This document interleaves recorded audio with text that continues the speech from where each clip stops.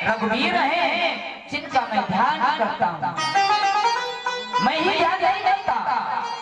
ये संपूर्ण संसार ही राम का है। राम को तो योगी जति सन्यासी महात्मा सभी जपते रहे, किंतु मैया सती को विश्वास नहीं हुआ कि क्या ये ब्रह्म है। यदि ब्रह्म होता तो क्या इस प्रकार से पत्नी के वियोग में घूमते, पत्नी की खोज करते, ये तो सब कुछ जानते। भोलेनाथ ने जब बहुत समझाया, मैया सती नहीं मानी। भोलेनाथ ने कहा, देवी यदि तुम चाहो तो परीक्षा ले सकती हो,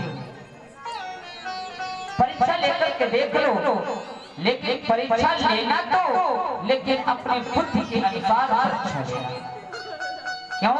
किसी साधारण व्यक्ति की परीक्षा लेने नहीं जा रहे हो, ये तो ब्रह्म है और ब्रह्म की परीक्षा लेना उचित नहीं है। मैया सती प्रभु श्री राम की परीक्षा लेने के लिए चल पड़ती है।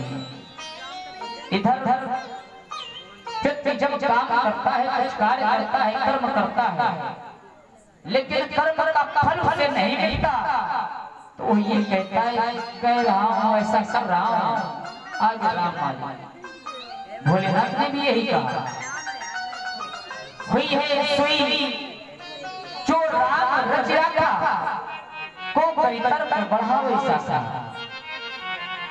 अरे अब तो श्री राम की जो चाहेंगे वही होगा। हुई है ये बाई जो राम रच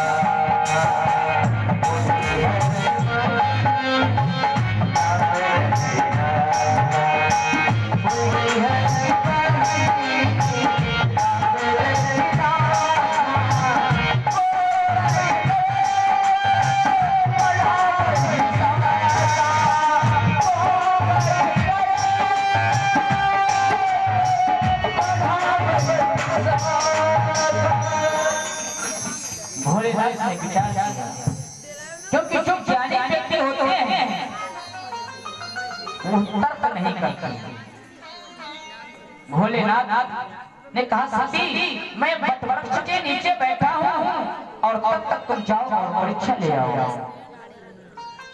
देवी सती ने सीता का वेश धारण किया और सीता के स्वरूप को धारण करके भगवान श्री राम की आगे आगे चल पड़ी। लक्ष्मण ने देखा, किंतु लक्ष्मण ने कुछ कहा नहीं। क्यों नहीं कहा? लक्ष्मण जानते हैं कि प्रभु तो अंतर्यामी है, ये सब कुछ जानते हैं, हमें बताने की आवश्यकता नहीं है। तब तक प्रभु श्री राम ने अपने पिताजी का नाम लेकर के मैया सती को प्रणाम किया। देवी ये दशरथ नंदन राम आपको प्रणाम करता है। हे मैया, आप कैलाश पर्वत को छोड़ करके और अकेले इस वन में क्या करने आई हैं? आज सती जान गई ये तो ब्रह्म है, मैंने बड़ा ही अनुचित किया। भोलेनाथ ने विचार किया कि सती यदि अब तुम परीक्षा लेने आई हो तो तुम्हें कुछ कौतुक भी तो हमें दिखाना होगा। सती जिस ओर दृष्टि डालती है उसी ओर राम लक्ष्मण सीता दिखाई देते हैं। इतना ही नहीं, राम लक्ष्मण की सीता की सेवा करते हुए न जाने अगणित ब्रह्मा विष्णु महेश की सेवा करते हैं, देवता उनकी सेवा करते हैं। देवताओं की तो अलग अलग रूप दिखे, लेकिन श्री राम जी का केवल एक ही रूप दिखा। आज सती ने नेत्रों को बंद कर लिया, बड़ा पश्चाताप है हृदय में सती की। सती ने जब नेत्र खोले तो कहीं कुछ नहीं। देवी सती परीक्षा को लेकर के पुनः भोलेनाथ के पास पहुंची। भोलेनाथ ने कहा, सती परीक्षा ले आई? सती ने कहा, महाराज मैंने परीक्षा तो कुछ भी नहीं ली, जिस प्रकार से आपने प्रणाम किया, अब आपकी बात कहाँ व्यर्थ हो सोची है, मैंने भी आपकी तरह ही उन्हें प्रणाम किया और चली आई। भोलेनाथ हंसने लगे। भोलेनाथ ने विचार किया कि जब हम समझा रहे थे सती को तो ये मान नहीं रही थी और कह रही है मैं वहां से जाके प्रणाम किया और चली आई, ऐसा कैसे हो सकता है। भोलेनाथ ने ध्यान लगाया, तब शंकर देखी उधर ध्याना। भोलेनाथ ने जैसे ही ध्यान लगाया, ध्यान के माध्यम से भोलेनाथ ने सब कुछ देख लिया। सती झूठ बोलना नहीं चाहती थी, लेकिन श्री राम की माया ने सती से परवश छूट कहलवाया।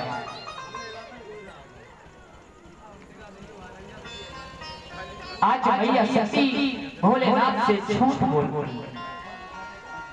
भोलेनाथ ने विचार किया कि यह हमारी पत्नी है और आज पत्नी ने हमारे माता का स्वरूप धारण किया। परीक्षित जी, पत्नी यदि हमारी माता बन जाए तो फिर क्या माता के साथ पत्नी का संबंध रह सकता है? भोलेनाथ ने बस वही किया। सती से भोलेनाथ ने कुछ कहा नहीं, किंतु भोलेनाथ ने मन में संकल्प कर लिया, एक सती अब नहीं। सती अब इस शरीर के माध्यम से हमारा तुम्हारा मिलन नहीं हो सकता। हम आप मंदिर जाते हैं, क्या मंदिर में कुछ होता है? मंदिर में केवल पत्थर होता है। जब पत्थर के रूप में होता है, शिल्पकार उस पत्थर के ऊपर बैठता है, उसे काटता है, एक आकार देता है। आकार पर जाने तक भी उसे कोई भगवान नहीं मानता। जब उसे लाया जाता है वेद मंत्रों के द्वारा, जब जब मूर्ति में प्राण प्रतिष्ठा कराई जाती है, तो हम और आप उन्हें भगवान मान लेते हैं। यदि हमारा विश्वास है तो स्वरूप की पूजा भगवान शंकर ने की थी। जैसे अभी झांकी हुई थी काली मां, हमारा और आपका जो विचार हो, जो धारणा हो, वो ये ना हो कि ये अमुक व्यक्ति है, उस समय में भावना ये हो कि ये वास्तविक साक्षात काली माता। जब भोलेनाथ ने अपनी पत्नी में माता का स्वरूप को देख लिया, माता की धारणा बना ली, तो फिर हम और आप क्यों नहीं कर सकते?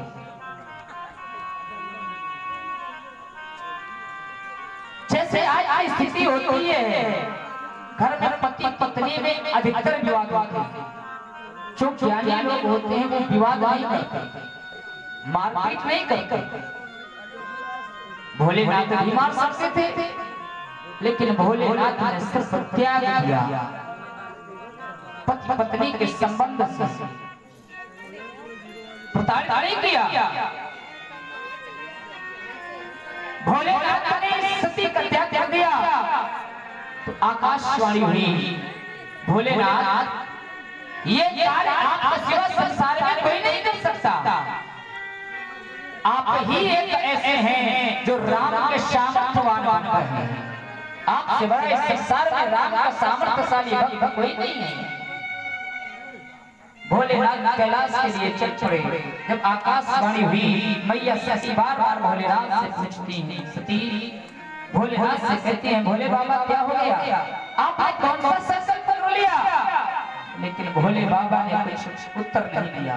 कैलाश पर्वत पहुंचे और कैलाश पर्वत पहुंचने के पश्चात भोलेनाथ ने अखंड समाधि लगा दी।